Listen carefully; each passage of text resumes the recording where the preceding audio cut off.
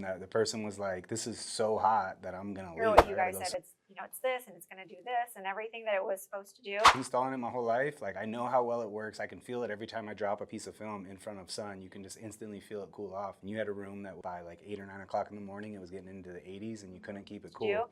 I didn't believe you until the temp went on. It's amazing. Thank you.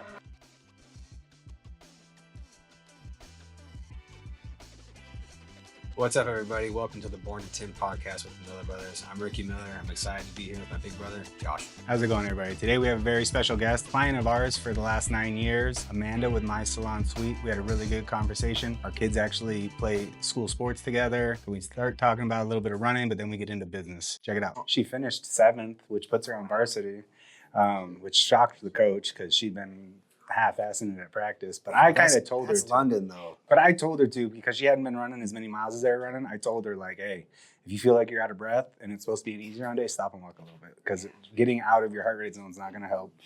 And Did she ever watch coach even came to me at that race because we were running around the track at the same time. He's like, man, she makes a lot of excuses and stuff. I'm like, yeah, I think she wasn't running enough during the summer.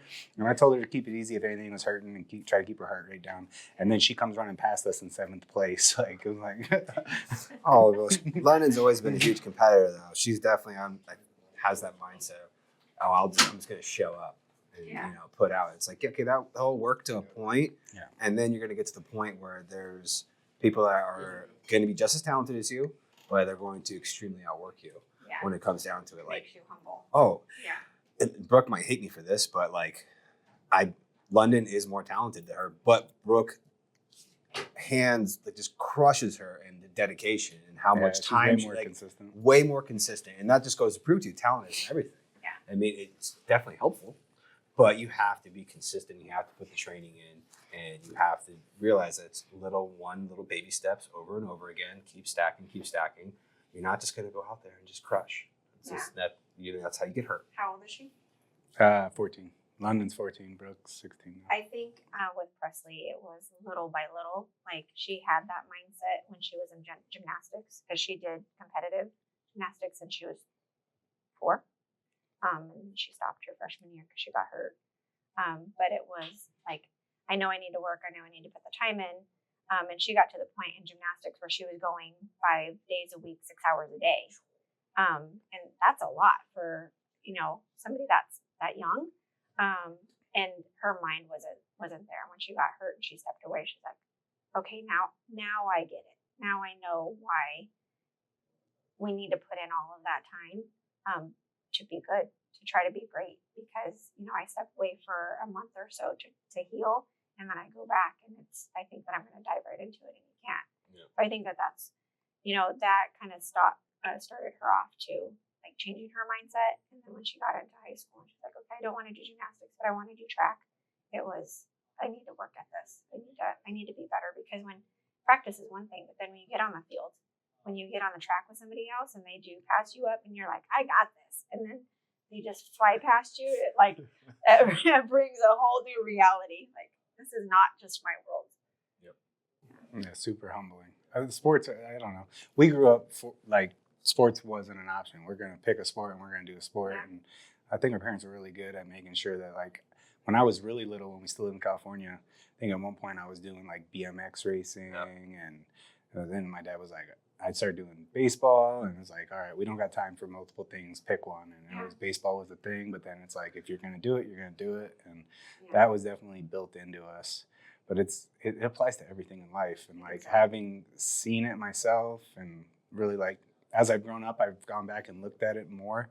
Like, getting into jiu-jitsu is the one thing that kind of really made me realize, like, baseball was jiu-jitsu. Because in my mind, jiu-jitsu is like this endless practice of getting better at something that you can't perfect. But it's so physical and in your face that, like, when you get choked out, that, like, there's no questioning. Like, that person was better than me right now. Right. In other sports, sometimes I think running's similar.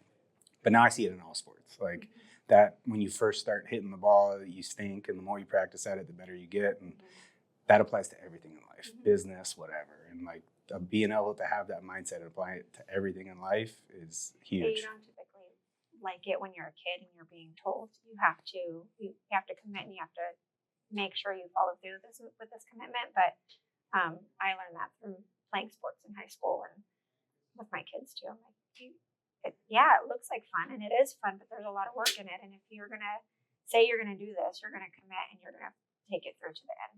So. No, that was one big thing. Sports definitely not realizing when I was younger, especially even through high school too, thinking like, oh, I was doing extra work.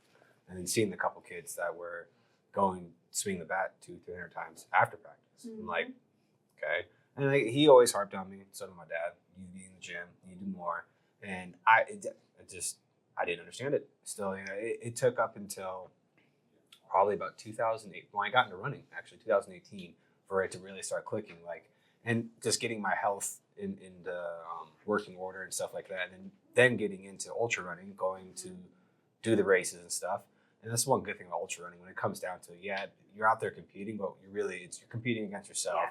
And then you get to see the different tiers of people that are out there, and you realize, like, wow, there are levels to this. And then you look at the people that are at the top, and you realize, like, oh, well, you get a little bit more of the backstory. It's like, oh, you've been running since you're 10 years old. No wonder why you're crushing literally everyone right now is because you technically put all those reps in from that age to now. Like, I've only been doing it for a couple of years. Yeah.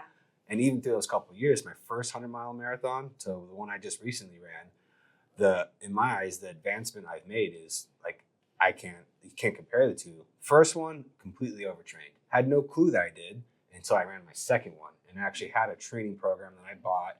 I followed it as close to the T as I possibly could. Mm-hmm. And then I started working out my food, eating correctly. And because I was like, all right, I want to get better. And then realizing after I ran that second one, like, wow, I overtrained for my first one, like putting way too many miles in, spiking my heart rate, not realizing what I was doing, just so I could get my miles in that week. So I thought it was like, I need to get 10% more miles every week. So I'd wake up a little later on accident, or else run harder. And then getting to that race, and like he watched me, he got me to get up and get going again at mile like 70, I think it was 74, 76.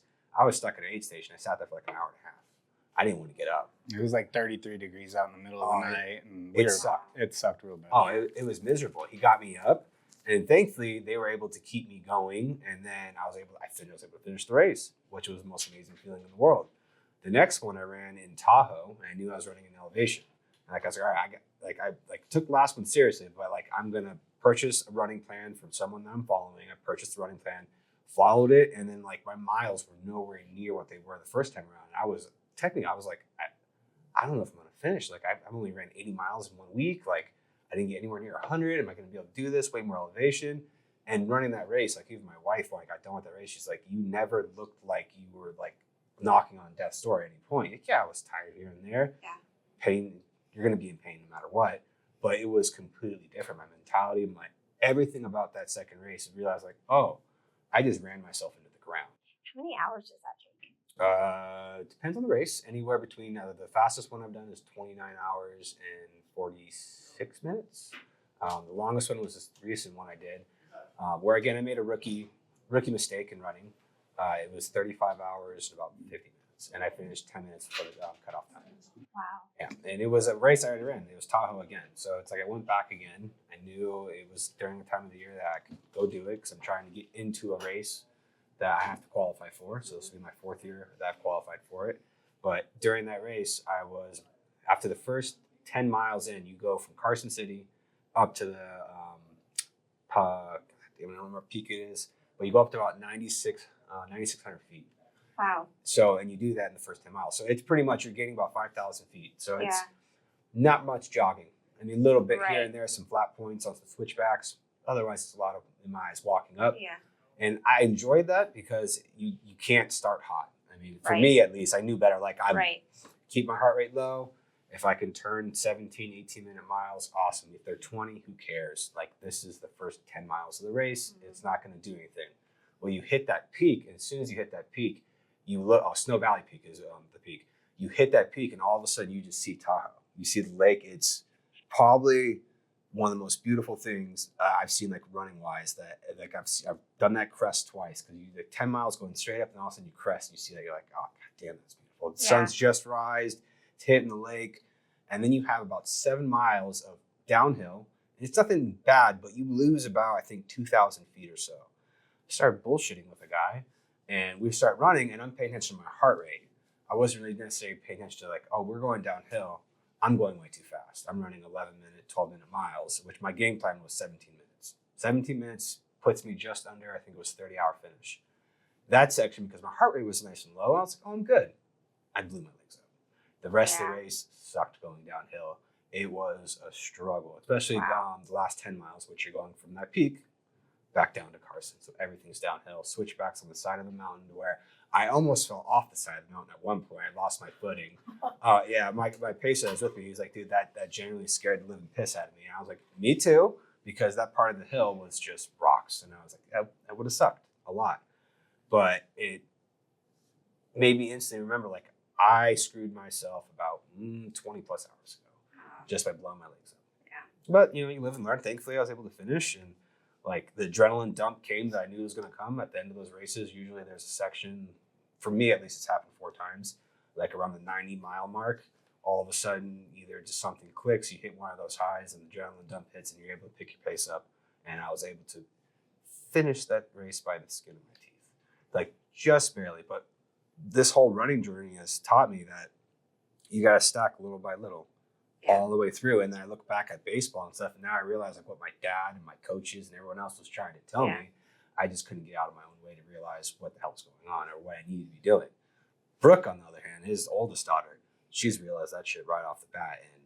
And it's really cool to see it, like, her grabbing hold of it. And I just hope she keeps doing what she's doing, because she is going to go far. In my eyes, she'll go far. It's funny how there's such a weird dynamic of, like, oldest and youngest siblings, and, like, the dynamics between kids, because it's, like, so common across the board. Mm-hmm. Like, even I've got 3 older kids, 16 to 14-year-olds, and then I've got younger ones, and the 5-year-old and the 2-year-old, they kind of already, I can tell they're going to be kind of the same way that Brooke and London are with each other. Like, it's weird. It's weird how that just kind of keeps repeating. It's funny, we started talking about running, but we've known you a lot longer for doing business with you. And you having My Salon. Last year, our kids ran together at high school in track for the first time. That's kind of what started off the conversation. What got you into hair in general, and then what got you to the point of, like, actually having salons that you own and rent out the spaces? I had to. Yeah, because you've got a big operation now. How many locations? I only say that because my wife's a hairstylist, and so she's like, I have a small glimpse into your industry. I tip my hat to you. Yeah. Tip my hat to you. Thank you. So I do nails, not hair, but I've been in the industry for 20. I guess you should say I've been licensed for 21 years. What got me into it was I have a family member, a niece, who's been doing it for about 35 years. Oh, wow. So in the salon with her, getting, services done and, kind of helping her out in the business for that long as well. But what really pushed us what pushed me into that is I was in the corporate world and I really didn't like it. I'm more of a creative person. So I went to school and started doing nails and got out of the corporate world. I met my husband in the same industry in the corporate world. And the company didn't really look too highly on intercompany relationships. So I was like, all right, let me step away.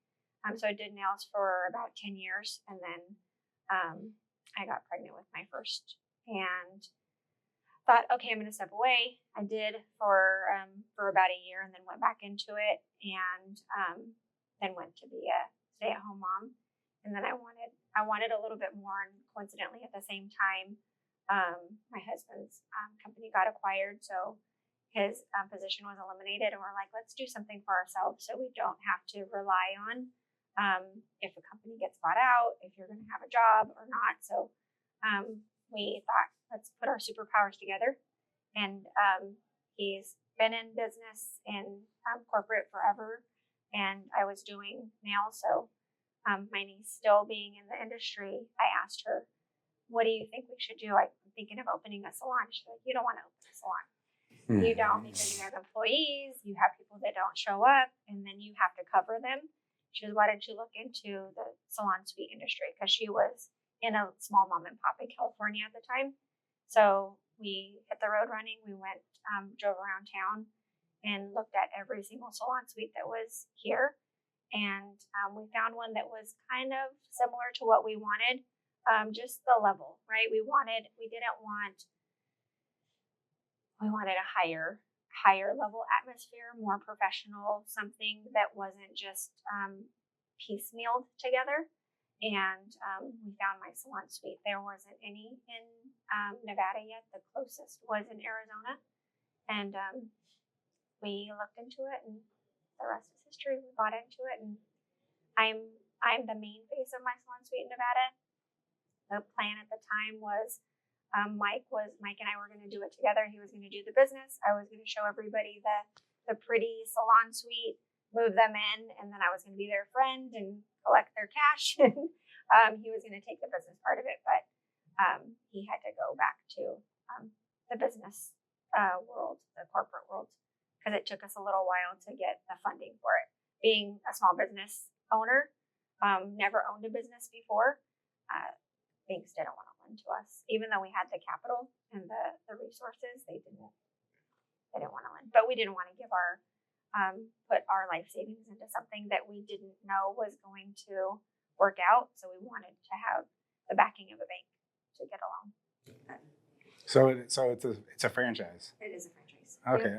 We own 3 in Las Vegas. All right. And then your sister? She has 1. Okay. Yep. So total of 4 in Vegas. Yeah, so we've been doing work for you for a while. My dad must have been the first point of He contact. was. Yep. Yeah. Our first one opened 9 years now. Oh, wow. Damn. Yep. I didn't realize that much time has passed. Mm-hmm. Wow. That's wild. I didn't realize it's been that long either. Yeah. I think I met your dad from one of my members. Okay. From Mia. He used to see Mia. Oh, okay, yeah. yeah. My sister played softball with her. Yeah, right back to sports. Yep. That's crazy. Yeah. That's the other cool thing that I've learned over the years from my dad, and I see you super active at the track program at the school, and I'm sure that helps with business, but it's like the connections you make from your kids playing sports as a business owner, those are super valuable. I think not only that, like being active with your kids, but in the community, and then small business owners. Like, right, I didn't want to go to a big name brand company. I wanted to keep it local because I'm local, so I want to give back to my local entrepreneurs. Yeah. So, and creating those relationships, I think, are lasting. Yep. For sure. I mean, the amount of work we've done together over the years it's been a lot. And, Yeah. I mean, we really appreciate it, and it's been a really good relationship, and you constantly have more work for us, so it's always been really appreciated. Well, I appreciate that I can actually reach out to you guys and you respond right away. And you take care of us. So that's the crazy part. That's like that's in a lot of industries too. Like for us, like we just found right now we're in the middle of rebranding, remodeling our shop, opening up accounting stuff. Like the first hurdle was going to be, all right, we need to find a contractor. Mm-hmm. And like found a guy, and like it was doing personal work for my house, but like my wife reached out to him, responded instantly, Mm-hmm. showed up on time, and this is like first conversation I was like, you've already jumped over the hurdle of everyone else that we've dealt with in the past doing anything to our shop. Is you answered your phone and then you actually got back to us. Yep. Thank you, we appreciate that. And like we hear that constantly when we go out when he goes out to consultation calls. Is well, you guys called me back, Mm-hmm. and then you showed up on time. Like Yep. even when I was installing, I'd call to say, hey, I'm just finished up on my first job. I'm about 30 minutes out, and just that by itself, they're like, thank you, I appreciate Yep. that. And just like those small little things that people don't realize, like that's how you service your customer. That's the customer service that you need to provide. Yeah, I get that all the time. And you provide that, you will stick out from everyone else. Yeah, I think it's across the board, but especially with other business owners, because Yeah. like you're busy and your time's valuable, and so you're dealing with other business owners because Right. you're renting out suites. So like Yep. you have to be on your game, or Yep. you're gonna lose clients. And Yeah, and they say that too. They're like, I've called 5 places and you're the only one that called me back. And my policy is I call back within 24 hours or less. You know, if I don't pick up the phone, it's because something else is going on, or if they sent an interest request via email, you have to reach back out to them right away. And they're like, wow, thanks for calling me back. Like, well, that's what I'm supposed to do. that's wild. You realize dealing with, like, I've had remodeling done on my house because I had a water damage incident, and I ended up going through 3 contractors because I kept having them no call, no show. And it's just like, what is going on? Like, I take for granted how we handle stuff, like just as being the normal thing. And then when you actually have to have somebody come do some work for you, you realize like, oh, that's not as normal as you think it would be. It's like, it's such common sense. Like, especially with like high dollar jobs, right? Yeah. You would think that we would call you back. I'm waiting for a flooring guy right now because we want to redo the first salon. And the last time I called him was a month ago. And I'm like, okay, so do you really want this job? I got like to the end of my wits, and I'm like, if you don't want it, or if it's too much, just let me know. But you've said, yes, I commit, I want to do this, and I'm waiting for a quote back and I don't get it.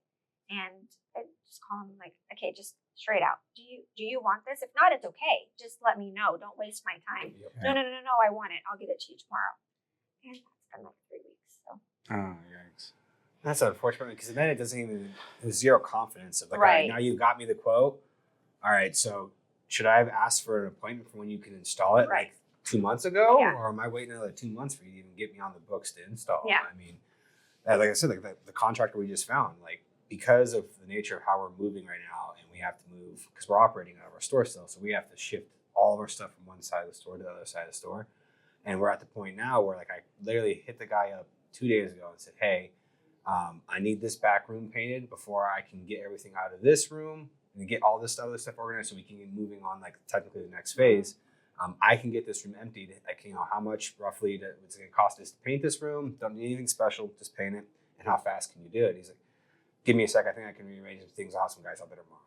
And I was like, okay. And like 10 minutes later, he texted me, they'll be there between 7 and 8. I was like, I'll have the room empty. And love that. they were there instantly, got it painted.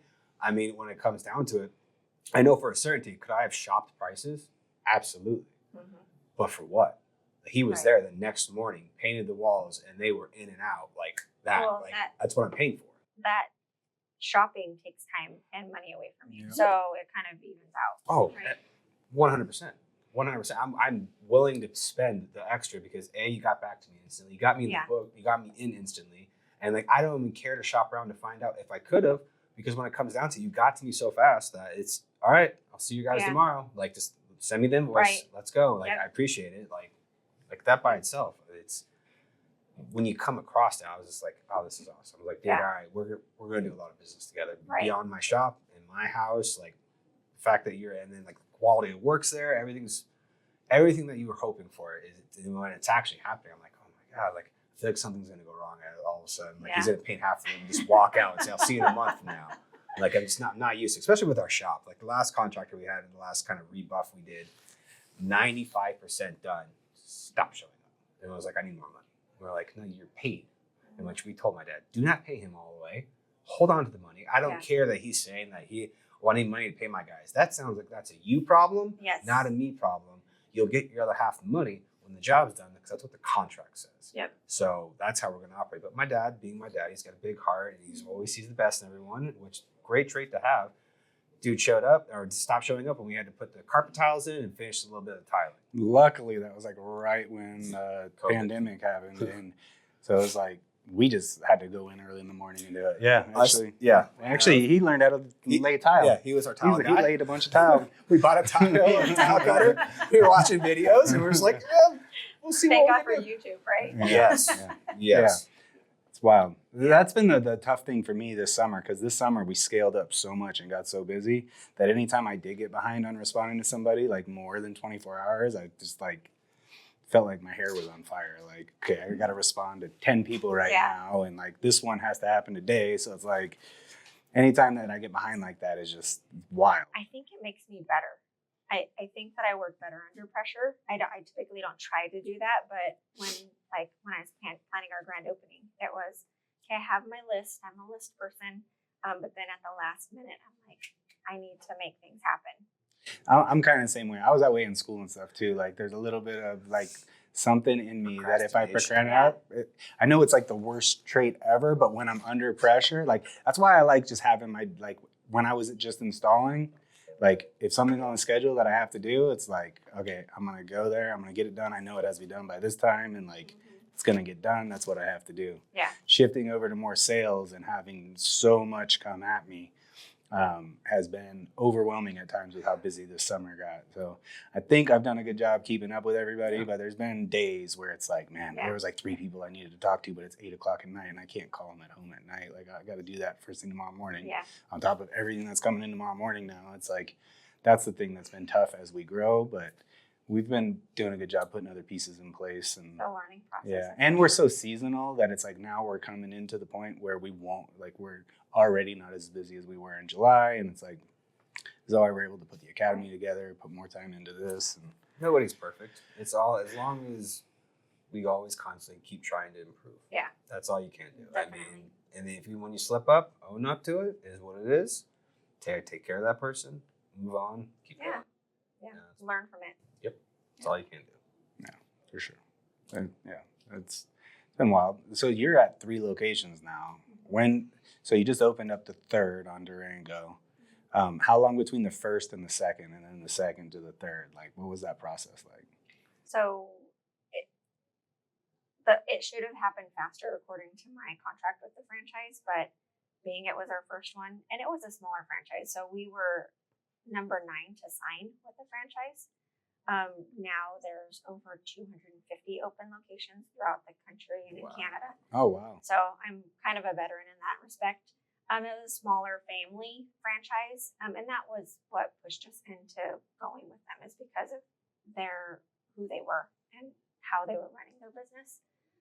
It should have been, I should have opened all 3 of them within 3 years. One right after another, after it was open for a year, and then open the next one and then the next one. It took us 2.5 years, almost 3 years to open the second one. And it was because I was nervous, didn't know what I was doing. I was learning along the way. And I wanted to feel comfortable and confident, and I needed to fill it, right? I needed to fill 30 suites and start making money before I could even think about putting money into opening a second one. So it took us about 2.5 years to open the second one, and another 2 years to open the third one.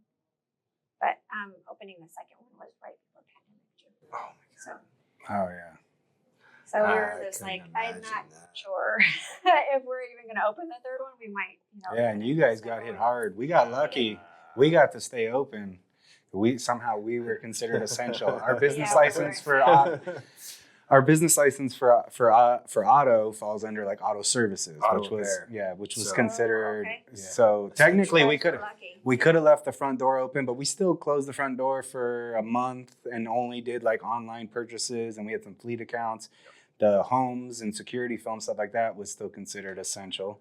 So that actually ramped up like crazy, and it was like this weird thing where we got lucky to be in this niche that somehow the government told us we were essential, but Yeah. all these Yeah. other We businesses were aren't. closed for 3.5 months. Oh, wow. So we had 2 open, one that was had just opened, closed for 3.5 months. And so we were trying to do the right thing, knowing that the beauty professionals, that's their livelihood. And if they're not making money, they can't pay rent. So we stopped their rent, but our landlords didn't have that much grace on us. So we had to continue to pay rent on our building as well. Wow.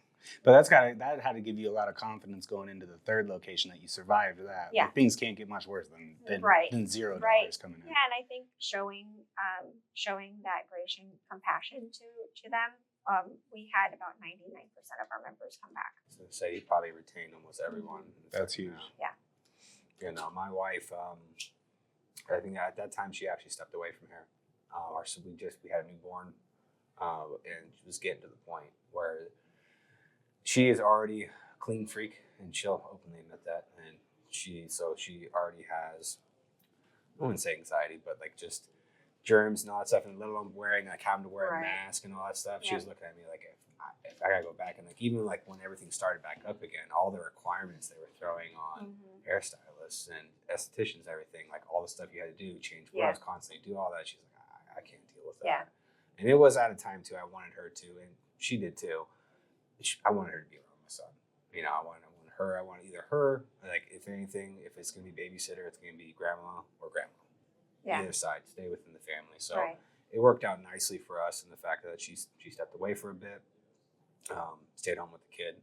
But like the restrictions they were throwing on hairstylists was crazy. Yeah. And then she was at a place that wasn't as gracious. It was pretty much like, if you stop, Yeah. you're gone. You're gone. You're Yeah. gone. See it. And she was like, all right, later. Yeah. I'm out.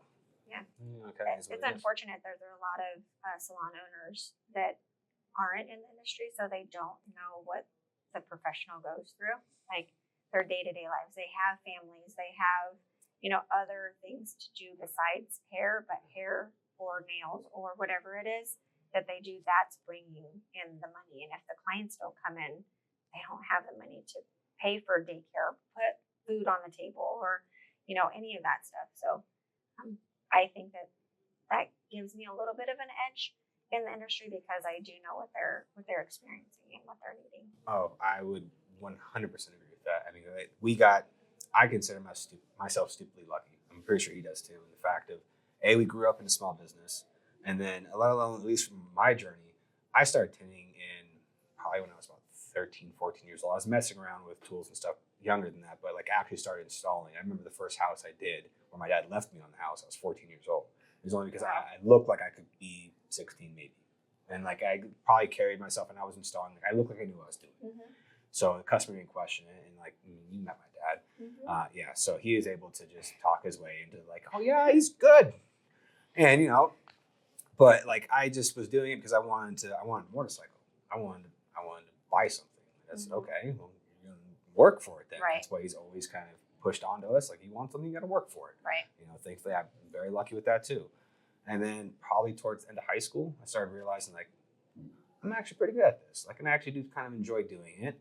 And then I got into my early 20s and I started found out that you can compete. And that's when I was at a point where I was like, I know I'm good at this, and like I want to go put myself against what technically what the industry is saying. These are the best people competing. Started competing in 2012, and then I just got lucky in the fact that had a small business, started working for it, and then ended up realizing like I'm good at this, and I actually love doing what I do. Yeah.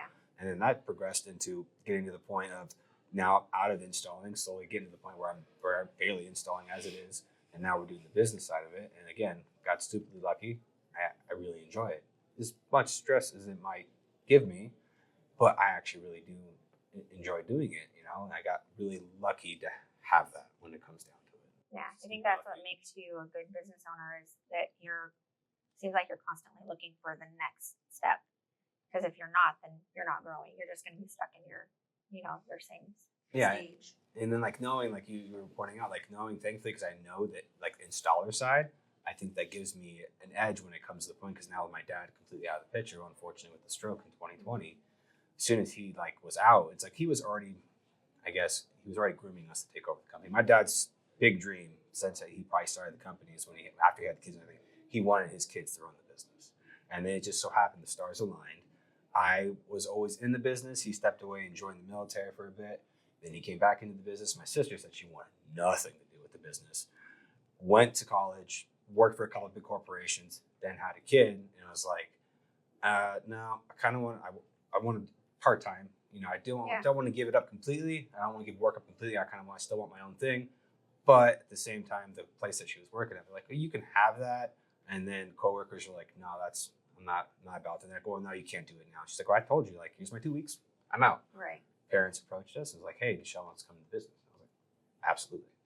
Brought her into the business. Now all three of us run the business together. But me being that installer from the ground up and knowing like, hey, I started off with I was picking up trash. And then I became the prepper. And then became the installer. And then became lead installer. I've done it on both sides of the business.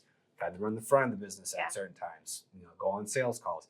I thankfully have been able to sit in every seat and kind of experience every job to where now it's like my job to steer the ship hopefully in the right direction and do as best I can by my employees and by my customers. Yeah. Thankfully, I've sat in the seat as an installer to where like I understand what their concerns are, what their problems are, and I understand that from everyone's aspect. Thankfully, I got blessed in that.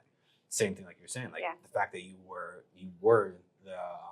doing the nails, now you're the salon owner, like you have that insight. Like every time I talk with my wife and like, she comes home and she'll tell me about what's happening in the salon and stuff. And like, even before that, when she was renting her own room, same thing, like the salon politics and all that. Mm-hmm. Like I do look at my wife and the fact that I do think she could run a salon only because that she's been with, she's had that experience. She's going to say, no, I'm good. Because like I said, like I tip my hat to you. Like I've heard the inner workings of multiple different salons and all the different things. Like, I'm good. Yeah. I'm out. But just knowing that other side of it is so extremely helpful. It does, in my mind, that definitely what gives you an edge up on everybody else. I didn't really realize that until I bought the franchise either. And we started going to, like, every year we go to a conference, and it grows every year. And I would have, when I really realized it is when one of the first days on conference that was like 3 or 4 years ago, I had a group of people around me of other franchise owners that are doctors and lawyers, and they're not in the salon industry, but they bought into the franchise as, you know, an investment. And they were asking me tons of questions. And I, you know, went back up to the room that night and I asked my husband, why were they wanting to talk to me? I'm definitely not the smartest person in the room. There's, like I said, there's doctors and lawyers. And he said, it's because of your experience and who you are. I'm like, I don't know what I'm doing. He's like, you do know what you're doing. You've been in the industry for so long, and you can appeal to our member, the people, my customer. And I'm like, okay, I get it now. Yeah, it's pretty cool. Yeah, the conference stuff, that's really cool, because when we started going to conferences, because we do that every year too. One of our the partiers. Yeah. Well, we still young, get knowledge stupid. from other Yeah, people in the absolutely. room, but doing those kinds of things, I think, are huge. And you know, a lot of times we're going to try to get knowledge from people. But in the last couple of years, because he has won the tint off a couple of times, I've won it once, and we've done a better job with putting our name out there doing this. It's kind of weird going to him now because it's the same thing happening. Like, people come up to us and want to. It's very humbling. Yeah, it's very Yeah. weird. It's like kind of have to be like, okay, I guess we have been doing this a long time, and we do have some extra knowledge and skills that other people are looking for. But the funny thing is I'm there looking for it for other people that I know are ahead of me and know more than I am. Like, that's what I'm there for. Yeah, no, that's the main reason why I love going to those going to the competitions, and then let alone going to the conferences. I'm looking for the guy that I'm trying to chase. Mm-hmm. And then like people are walking up to me asking me questions and stuff, I'm like, I mean, I appreciate it, but at the same time, like, I still feel like I know nothing. Right. Like, when it comes down to it, like, yeah. Like, I was just at a competition 2 weeks ago. That's like a spur of, like, just all of a sudden I was like, all right, maybe I should go to this. I can get a lot of content. Hit up a couple of people we know, ended up getting sponsored for it. Went out there and did it. And at the end, they're doing like the award ceremony and stuff, and they're giving out the impact awards. And it's just like, it would start off as a Facebook group. And then it's grown into a giant community. Now, for the past 3 years, they've put on competitions, and it's gotten bigger and bigger. And I don't necessarily engage too much at all in social media stuff. Like, I post like my running and then stuff for the business. Mm-hmm. Commenting in groups, I'll get to the point of typing something out, and I'm just like, nope. No, I'm gonna delete this. This is just gonna be a problem. So I'll just delete it. And then, like, all of a sudden I hear my name get called. I'm like, for what? Like, you came. I'm like, so yeah, I just showed up and competed. I don't feel like I have any. I don't feel like I have any impact. The fact that I just came and competed, and then it's just to me it was weird. It was very humbling. The fact that they even did it, I was very appreciative of it. I kind of understand it to a point. It's like, I've won 3 other competitions, and it's just like, I don't feel like I'm just some kind of big name in this industry. Different when you win a competition like you're tinting and you're against other people, and you win that, you're like, okay, I won that. But to be recognized by a group of your peers, that's huge. Yeah, it's funny. I didn't even know that happened. I'm learning this right now. Congratulations. Oh, that's what that is. I saw a clip from one of our reels that you're like on stage when they were giving awards. Maybe all of a sudden they're like, I thought maybe it's because you helped judge. Well, I mean, they said that was probably they said that. I think that I've been part of it too. I have no idea, because I don't feel like I contribute. Like, I mean, I look at these groups now, and even with social media, I realize I need to do more. Like, that's the whole point of us wanting to do this academy, is I want to give back to the industry that's helped feed us growing up as kids, and then what's feeding my family right now, and what we're able to help provide for the employees. Like, I'm very grateful for my industry, and I want to grow my industry and give back any way possible if I can give back my knowledge. That's awesome. that's what I want to do. Well, it's like what you said earlier about helping with like the track team and local sports and stuff. Is like the feeling of giving back is amazing to whoever it's to. A big reason for doing this isn't just giving back to the tin industry. We have you on today because you're one of our longest, best customers, and it's like any way I can help give you exposure and let you tell your story to the local community that is following us, like awesome, like that feels good to me. And I know that you've been successful in business and running multiple franchises. We still are at one location, it's like I'm sure there's some extra knowledge I can get from you and just having a conversation with you that's a little bit longer. I got lucky that we got to sit and talk a bunch this last year at track, more than we probably ever have. And I don't know, it's just that feels good. And the other consequence from it is that there's networking happening, and like that happens also. But like the synergy of that to me is like, okay, let's do something that's good.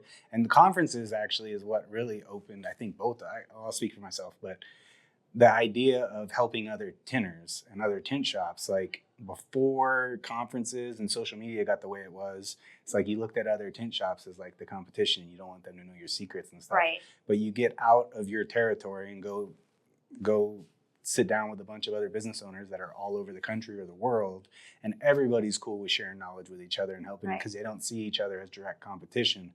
And I think that's only elevated the tin industry like crazy in the last 10 years, all the extra stuff that's happening. So I'm sure it's like that in every industry. Yeah. When we first got in, it was, like I said, his company was acquired and we were looking for something else to do, and it just kind of seemed like a natural fit. But then when I actually got into it and I started my first member, she's still with me today. She's been with me for 9 years, and it was seeing where she was at and knowing that I could help her. I could be that person to help her. And it wasn't really doing much besides, here's a suite, here I can offer it to you at this much. But then making a difference or seeing the difference, like she's saving money for a house. She just bought a brand new car. At one point she was homeless, but she didn't let that stop her from continuing on with her dream. And she says, I thank you because you gave me a chance. And I'm like, I know exactly where you were and where you're wanting to go.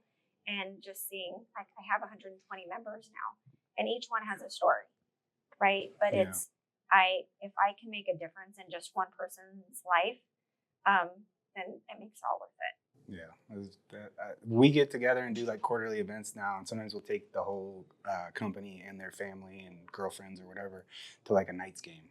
And awesome. Every time we've done it, I kind of sit towards the back, and there's always a moment where I just kind of look around and see the giant group of like 30, 40 people and children, and like it's like, okay, this is insane. Like, you touched every single one of and then I'm looking at my mom and my dad, and it's like it just started from my dad in a van with my mom working at Vaughn's to help support the business because that's like where we were at, and to see what it's grown to, and the fact that we can put some input on helping grow that and influence, help more people inside of our own business, let alone the fact that there might be people from the industry that can get value from what we know. And I don't know, it's kind of wild to me. It always kind of sits me back in my seat like, wow. Okay, the 80, 90-hour weeks in the summer are worth it. Yeah. Like, this is where I can actually have an influence and help others. Yeah. And like, it's benefiting us, and the business is growing, and hopefully we have a better year and we make more money. But like, that almost seems secondary when you sit back and look at it that way. It's like, okay, this is cool. Like, the business might have grown X amount, and you only made a little bit more for the year or whatever, but how many other people did you feed, and how how the skill that you taught them, like I'm sure hair and nails, same thing. Like you can take that skill anywhere. Like somebody that we train from the ground up has something change in their life where they need to move somewhere else. They have a skill that's going to transfer. That they instantly have something that they can provide for themselves, and that feels amazing. Yeah, it does. I look forward to when we get the academy completely going, get through the ebbs and flows, just doing something new, but being able to provide that, I look forward to that, to be able to actually bring people in and show them a trait that you can take anywhere. Yeah. It's one of those things, like installer wise, if you're young, you want to make good money, it's a trait that you can go and almost, there's plenty of gigantic window film companies out there that literally will just call you and say, I got 2,000 square feet in this city. You got to be there on this day. How many days is it going to take you? Okay, the film will be there. Go. And then those guys hop from city to city. So you can go wherever you want, go have as many experiences you want, and you can make really good money doing it too at the same time. So I look forward to the academy. And I've been telling my kids, especially, well, all of them, but especially my son, that hasn't had any interest in really coming to work. And every time I've made them come to the shop in the summer, I haven't done as good a job as our parents did of making them buy their own stuff. And like one of those products of us being a little bit more successful and having the ability to just buy them stuff, I haven't really put enough thought into it. But I just had a conversation with him the other day, like, look, man, when I'm trying to have you come in and work in the summer, it's not just because I'm like, it's a punishment. I'm trying to help train you in something that like you could get out of high school and know how to install window film at a caliber that most people aren't going to have the chance to be at that age. And you'd have the ability to go do whatever you can go spend your summers in Florida working for shops, and then maybe you can go to Australia when it's their summer. And like you have all these crazy options from this industry where you'd be making really good money while you're young and you don't have anything tying you down. I mean, you can go to college if you really want to, if you want to be an engineer or a doctor or something like that.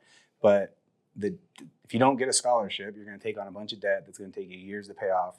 Whereas a trade like this, you can instantly be like, we hire people right now as apprentices, and they're making money to learn the trade.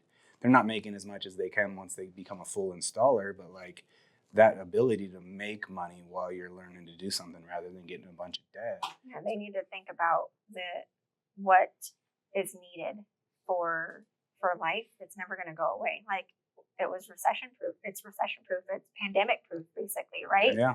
So everybody's going to need film or something done with their house or their car. Same thing with cosmetology. You know, that doesn't go away. Yeah. People are always looking to get their hair done or their nails done or something. Yeah. They would rather, forego getting their car washed or, maybe taking that Starbucks, but getting stuff done to their home or their personal. Their hair for certainty. Yeah. Yeah. Well, that's the funny thing is like the pandemic shutting you guys down like really sucked, but a lot of the stylists were just doing it at home. On the side, yeah. Yeah. What are you talking about? Yeah, because there were still people getting their hair done. I know what you're talking about, Josh. Well, my wife does hair also, and actually that's one thing I want to thank you for is every time that I've talked to you about, because she wants to get back into it, because we have soon to be 5-year-old and a 2-year-old, and she stepped out of it. And she keeps talking about wanting to get back into it, and I think she's close to pulling the trigger. I was thinking, well, school started now, so maybe she can step back in. Yeah. That's what ended up happening with my wife. And as soon as our son, we got him into pre-K when he was 3. He ended up being diagnosed with autism, and then we found Clark County has this amazing program called Child Find, where he went in, he got evaluated, we went through all the steps, and then he ended up going into full day pre-K. When he was 3 years old. And as soon as that kind of happened, after like the first couple months of it, all of a sudden she started thinking like, I don't know, maybe. And then she ended up finding like a smaller like boutique salon at the top of Eastern, and like went in there and just kind of told him like, I don't want to pay rent, but I'll do commission. And like, and they ended up just having a conversation. She told them her background. I've been doing it for, I think at that time it was 14 years, and she was at a point where she was an apprentice for somebody, which was a blessing because she was able to soak up a lot of knowledge, and thankfully she was able to, which Patty, I love you. Patty, she's like my dad. She was hard to work with at times, but the wealth of knowledge you got from that person, as long as because she was no nonsense. It's like, no, we're here to work. Like she busts her ass. Like I think she does like 4 days, and she does like 4 like 12-hour days, stacks her days. So she showed her how to schedule her appointments, stack her appointments, double book, do it, like passed on so much knowledge to her where my wife was able to go into a suite relatively quick, and that's all she knew was she was in her room. Right. Then she stopped, and then she went, now she's at a place where she's a commissioned in a chair, and now she's built her clientele back up, which she still had a good chunk of her clientele. Like after she sent a mass text out, like pretty much like, all right, so pretty much what everyone was kind of beating her up about, like, are you going to go back? You go back? No. Eventually she sent it out to her clients. And now she's built herself back up again to where now with school, she works like 3 to 4 days a week. When drops kid off at school, I pick him up one of those days, or 2. I didn't pick up 2 of those days, But then she goes in, she has her clientele that now she's built herself back up. But I mean, as soon as she stepped away from the, when she did step away, I was like, you're gonna keep renewing your license, right? And she's like, yeah. I'm like, okay. Yeah. Don't, you can't let yeah, that go. don't let that lapse. Yeah. I'm not saying you have to go back to work, but at the same time, if you ever choose to, Yeah. why go all through those hurdles again? Right. When I don't want to know what they are. Just keep your There's a lot license. of them. Yeah. Oh yeah, because I got to find out what Nikki did. I have no idea. Well, with her looking, I think that she's probably kept it up. I'm assuming Yeah. she kept it up. It's literally just pay a fee and Right. then renew your photo. Yeah. I keep Yeah, telling you her go with the through offer it. you made her is like, start, do it. She's like, well, I got to buy stuff. I'm like, okay, do it. It's no better time to start No. than No. now. Yep. Yeah. Didn't they work together at some point? They did share their own, didn't they? Yeah, they did. Did they? Yeah, Sure. yeah, For a little bit. for a little bit, yeah. Yeah. Yeah, that was just before. I think it was a little bit before the pandemic hit. I think when the pandemic hit, that was pretty much just like she stepped away, and then it was pretty much like you still had to pay rent, and she was like, okay, I'm out. And then from there, as things developed, and all of a sudden they started coming out with the criteria of these are all the steps you have to do now. And she was like, it's already hot as hell when it comes down to it. We're doing like having the smock on and then doing the hair and all that. So now I got gloves, mask. She's like, no, I'm good. Yeah, that was right before Matthew was born. Because then Matthew was born, and that's when she just stepped Yep. away. Yep, Yeah. that's exactly that happened. Yeah. The all the criteria to come back. She was like, no, I'm good. And I was like, that's fine. But I was like, still keep your license Yeah. because he is gonna have to go to school eventually. And when he does go to school, and even when he was younger too, it's also one of those things where when she was kind of talking to me about, because like I never really mentioned to her because I didn't. She wanted to go back, awesome. If you didn't, I was fine with that too. And then also she started kind of telling me about it, and I was like, oh, she's got the itch. I mean, let alone just for the conversation, go have interaction. And then the one cool thing about the place that she's at now is that she ended up, she's made a lot of good friends with other workers and stuff. She used to just be in a room by herself, so she didn't really have the salon interaction. She never really got to experience it. Now she actually has the salon interaction because there's only I think 4 or 5 stylists in the salon, so now she has that interaction with them. And it's a lot of some of the girls are younger, so it's like they're going to her and asking her questions and stuff. And it's kind of like I guess the same thing. Like they're asking her questions, and she's like, "Why are you asking me?" type thing. It's like, well, because you've been doing it for like 15 plus years, like you know what you're talking about when it comes down to it. You're extremely knowledgeable. Yeah, I'm like, and you're humble. I get it, but at the same time, you're extremely knowledgeable. Yeah. Like, and then she also sees them making like I wouldn't say the same mistakes, but it's this following the path of like you got to follow that path to kind of get to the point of realizing like, oh, I should have been doing like this because of those things. And you're not going to know it until you have the experience. Right. You got to get the reps in when it comes down to it. Yep. I got nothing. First time ever. Oh, shit. Yeah, no, I mean, you can't beat, like, the fact that we're trying to do an academy and help jumpstart people's progress into flat glass, because our main target audience to begin with is automotive tinters who already know the basics of film.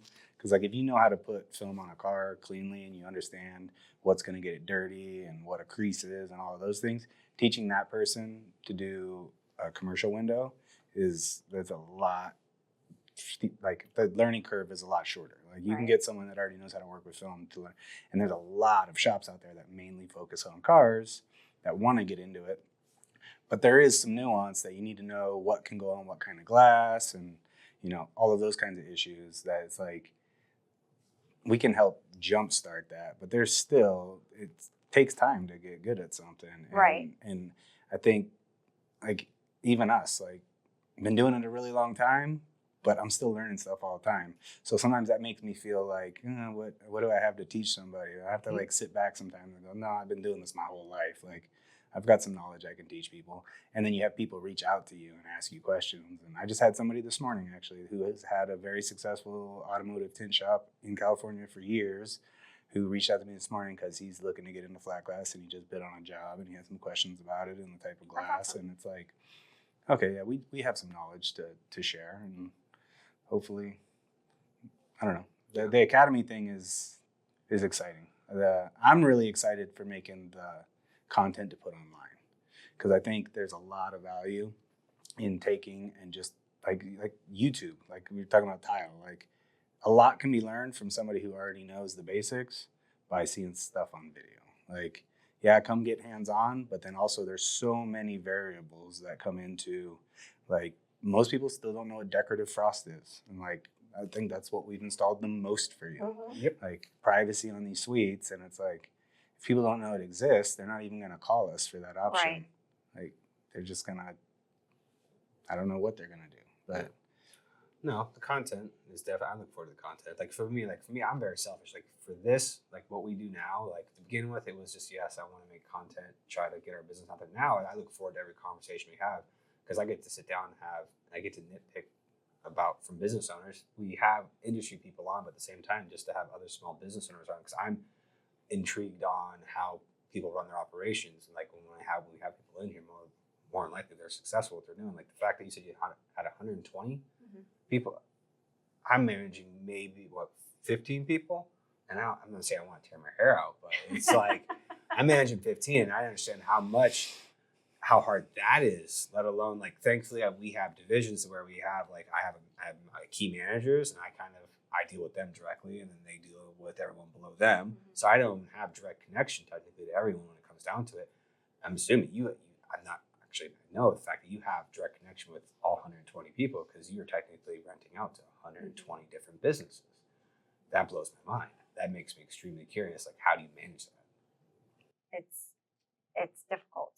But you put in your processes, and fortunately, I have a lot of members that are self-sufficient and they have all their ducks in a row, and they give you everything that you need. Kind of like the vendors that we're talking about. You call them, they come in, or they give you their timeline, and everything just falls into place. And then there's a couple that you need to hold their hands, but that's what makes it kind of rewarding at the same time that you can guide them through that. You just have to be really organized and making sure that everybody has what they need to run their business successfully. It's really giving them the knowledge that they need, because at the end of the day, I am just a landlord, but we want to give them more than that as an experience. We want to give them everything from the suite to the business knowledge of what licenses they need to make sure that they keep up on. It's not just having a cosmetology license, it's a business license, because they are their own little small business. So business license and insurance and all of that. So it's just keeping organized and making sure that everybody has what they need and that they know what they need to have. I think that right there, that part, making sure that they know, they have passing that along. Some people might say, well, they're grown-ups, they can handle their business, but at the same time, you passing that along to them ensures that, hey, I want you to be successful, because if you're successful, you're going to stay right where you're at, and then I don't have to worry about filling that room now. Exactly. So I want your success is my success. And that's our I guess our main motto is you're going into business for yourself, but you're not doing it alone. We want to make sure that they know that if they need somebody to fall back on and they need somebody to answer that question for them, I'm going to be that person to answer it. And if I don't have that answer, I'm going to find it for you, because then I have the franchise to fall back on, or other professionals that I know in the industry that I can ask. Oh, that's awesome. yeah, no, that's solid advice. It like kind of translates to what we do in a way that, like, so your clients are those are your customers, Those are my right? customers, Yeah. yes. So they're not like your direct employees; they're your customers. Like for us, doing work for you and making sure that we respond to you and take care of you. And when you have another suite that needs some windows frosted, we get there and do it and take care of it timely.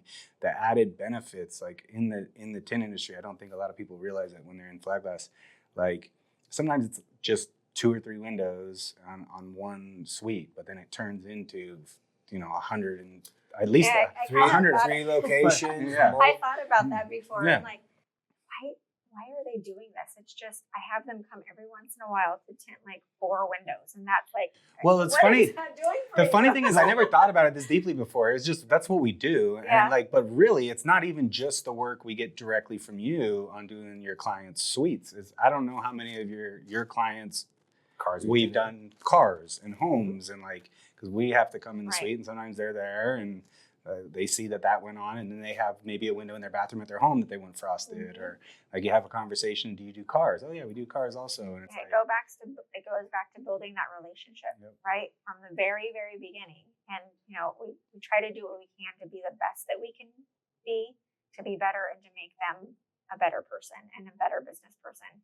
And we've had a couple of people leave and then come back and say it's not My Salon Suite. It's not always greener on the other side of the fence. You come back and it's not that we're all flashy and yeah, we have a great space, but I think it's how you run your business too, and the respect and what you get, how you approach them and what you give to them to make them a better person. And not all salons are like that. So we try to be the better of the.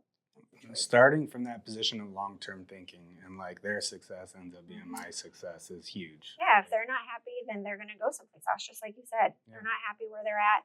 They're not making money. They're going to go someplace else. Like we've had issues on some of your suites in the past, I'll be completely honest, where somebody goes out and puts a window on and then there ends up being a problem with it.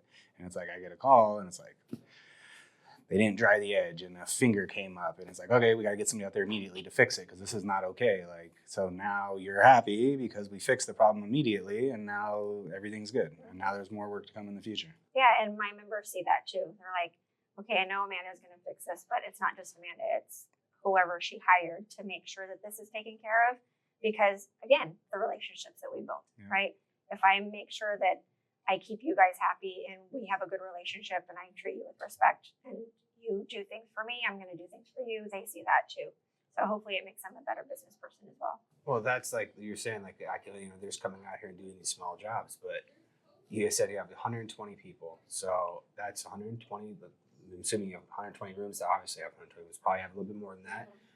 Like every single one of those customers that if we make contact with them, that is a possibility of us landing another customer in the fact that they see the way you operate your business. So they also know that you're going to be dealing with people. If they keep seeing this over and over again, like, all right, now they trust her and we've already inherently gotten their trust because she's using us and they trust what she's using.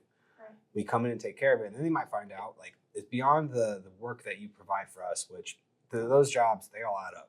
That all becomes a big number when it does come down to it. Any shop in my eyes that looks at the single window, 2-window jobs, especially when it comes to something like with the relationship we have with you, is you have multiple suites where even if the suite changes, that person might change the way because I know we do a couple different ways. We do either full or we do in the middle. Right. They might change it, so that might be more work again. But the exposure we have to all of your clients when it comes down to it, like if we land, say 10% of those people where they have 2 cars, which I'd probably willing to bet it's probably more than that we tint their cars. I mean, let alone we land a couple houses. Like it's nonstop. Like we only inherit more business from making sure that we keep a good business relationship with you. Because say you end up like, you know what, I'm going to open another location.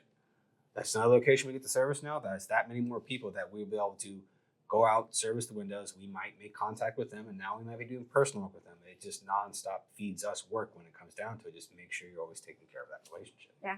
Well, it's crazy. The most recent location, you're having an issue with those east-facing windows and the sun coming in. This is actually something that you sent me one screenshot, but if you have it, it'd be really cool to see because that one room that the person was like, this is so hot that I'm going to leave. I got to go somewhere else because this is ridiculous. Yeah, she's the happiest now. Thank God her window's not breaking. What's crazy is like, I know the film works and it's funny because installing it my whole life, like I know how well it works. I can feel it every time I drop a piece of film in front of sun. You can just instantly feel it cool off.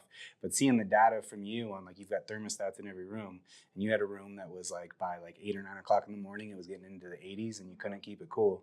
And the very next morning after putting some film on that window, the temperature actually stayed in like the mid to low 70s and didn't climb. And it was really cool to see that data. Even though I knew that was going to be the result, it was like, that is so cool to see. And now that client is going to stay because they're happy. Like, that's amazing. Like the fact that I could help solve that problem for you makes me happy. And then we ended up doing all the windows on that side of the building, which is gonna also save you energy over time. Like you spend a lot of money on building that location out. If we can save you 15-30% energy a year because you're not having to run your AC as much, amazing. Like the next location that has a bunch of glass that's facing the sun, I almost guarantee we're gonna tint it. So like those situations are really fun. Like actually you having the data and being able to show me the thermostat reading and like texting it to me was like amazing. I Like, remember him I showing it to me. texted to him and I was like, dude, check this out. Like, this is wild. Yeah. No, it's definitely one of those things where it's like I knew that was good. We know it's going to be the result, but it's like the same reason. Like when I was tinting houses, usually the first room I'd always go into, I try to find the sunniest room. I want the windows with the sun on it because I want to tint half the window, because it's usually 2 panes, tint 1 pane, and then if the customer is still in the house and like most of the time they kind of want to see the process, Right. come here. And I'm standing in front of the window and say, put your arms out, and then instantly like you can feel the gratification of like, okay, right decision. This is solid. Right. This is going to help what I wanted to help. This is going to solve my problem. This is actually a viable solution. I love seeing that and also feeling it in the fact of like, all right, I'm not just selling snake oil. Like this is actually going to do something. I'm not just saying, hey, this might do something, or here's this data sheet to where it says it's going to do it but also at the bottom of the sheet says, if the glass is this, this, and this, then it might help you. It's like, no, almost in every set and setting, you're going to have a gigantic difference from when you don't have the film on to when I put the film on, and then seeing it in the data itself, because we can even order those from our manufacturer, Solar Guard. If it's a big enough commercial building, or even say like a hotel, motel, something like that, we can actually do an energy audit to where we can put samples up, and as long as the rooms are similar size, facing the same way, you set up 3 rooms. You do the 2 different options depending if they want 2 different options, and then you have 1 room you put nothing on the control. You put sensors in the middle of the room. You keep those rooms shut, keep the air out the same all the way across, and I think you let it sit for 72 hours. Then we can take those monitors, send them into our manufacturer, and they'll do a complete data breakdown. They'll get the square footage of the building, pictures of the building, and tell you like, all right, within this many years, it's paid for, and then after that, you're just saving that much money. And like seeing that when he sent me that photo, I was like, that's exactly what we're looking for. Yeah, I talked to that member just a couple of weeks ago. Walked by and I was like, hey, everything okay? And she's like, to be honest with you, I didn't believe you. And I was telling her what you guys said. It's this and it's going to do this and everything that it was supposed to do. She's like, I didn't believe you until the temp went on, and she was, it's amazing. Thank you. And she gave me a hug. And I'm like, well, it wasn't me. It was just, it was the guys that did it. Well, That's awesome. I love seeing results from customers. Like residential is awesome too, but like for some reason commercial is like at a whole nother level for me. And we do a lot of work for other contractors, and the same thing ends up happening where it's a contractor that we do a lot of work for, and the building owner, or maybe it's whatever type of business it is, it could be a salon, it could be whatever, they might not believe it, and then they feel it, and now they open another location, and it's like it's automatically included in, oh, we're definitely doing that here. Yeah. It's, I don't know, just the success stories. So the referrals that come from that, like I'm sure you taking care of people. I'm sure you have a lot of hairstylists and estheticians. They know other hairstylists and estheticians. I'm sure that's a big part of your business because you're actually taking care of people. Like I know we track the numbers now, and it's like half of our work is referral or repeat customers. It's like I think people look too short term. Yeah. And like the salon owners that kept charging people during the pandemic, I'm sure they did not retain 90-something%. No, they didn't. It's sad because we do tours every day, and that's the main thing that we hear from people is that they don't do this, or they're not taking care of this, or they don't take care of us. And it's just, I don't do it and I don't say it just because I want to get them in the door and I want them to sign a lease with me. That's because who we are. We do it to be a better person and to help other people grow. So yeah, we do get quite a bit of referrals when we do have an empty suite, and we reward our members too. If they give us a referral, it's not just a pat on the back and hey, thank you. We know that they're going to love it, but we want to show our appreciation by giving them a monetary referral bonus. But it means a lot. Word of mouth and that referral speaks volumes. Yeah, I love that. We're actually been working on it for a minute. Hopefully we'll launch it soon. But because we get so many referrals, like we're trying to create some type of monetary referral program. But I love that idea. Like it just makes so much sense because you're not having to advertise. Yeah. Like you would be willing to spend 5-10% to advertise to get a client. Like why not throw that to whoever's giving the referral? Right. Like and Now they're incentivized to give even more referrals, not just because of they want to do it already because you're taking care of them, but now there's an extra advantage of like, oh, the more people I refer, that I mean, and that comes in. It's not just a hot lead; that's an extremely hot lead because it's they're sitting there referring someone that like I know this needs to get done. They trust that I trust what I'm saying, and I'm giving this to you. Like just don't screw up. Right. Like just show up, call them, do your job, right, and they're going to use you. Here you go. Instead of paying Google or Meta or any one of the other companies we're advertising through, it's like, well, if I'm going to pay them, why not pay you? Like, makes no sense. Exactly. You know, reward them. Yeah, for us, it's like trying to figure out the mechanism to make it smooth and seamless, and it's not. It's like a lot larger quantity of people that. So that's been the only holdup right now, but I think we're working on it. Yeah, we'll get there. Yeah, It'll happen. But I think it's probably a good spot. I mean, yeah, I think we're about out of time. Is there anything else you got going on, or any events you got going on at any of the salons? I know you just had the big grand opening, and you got anything going on that you want to let anybody know about? September, we're celebrating or participating in Childhood Cancer Awareness Month for St. Jude. Okay. So we get all of our salons involved to try to give back to a bigger cause, something that's bigger than us. Our members have expressed interest in wanting to give back to a charity, but not knowing how. So we try to make it as easy as possible for them. And who doesn't love kids and trying to help kids that have any type of issue? Yeah. So, we're doing a little bit of a fundraiser at our salon, and we'll go to a couple of events here. Probably do a 5K to give back to the community. Well, let us know about that for sure. Yeah. We'll help promote that, and we'll come run it. Okay. Yeah, anyone who can help us know. Yeah. Cool. Absolutely. Awesome. Where can people find you? MySalonSuite.com. All right. All right. Thank you. Thank you. You guys know how this works. Follow, subscribe. We appreciate you guys following along. Any comments, anything like that, appreciate that. Until next time. Yeah, thank you. Anybody out there in the Vegas Valley that does hair, esthetician, anything like that, looking for a suite, we've been working with Amanda for a long time, and she's always been amazing to work for, and I know that she takes care of people. She made several offers to my wife to come in and get a suite. It was a really good deal for her to get back into it. So definitely check out My Salon Suite if you're in the market. Thank you.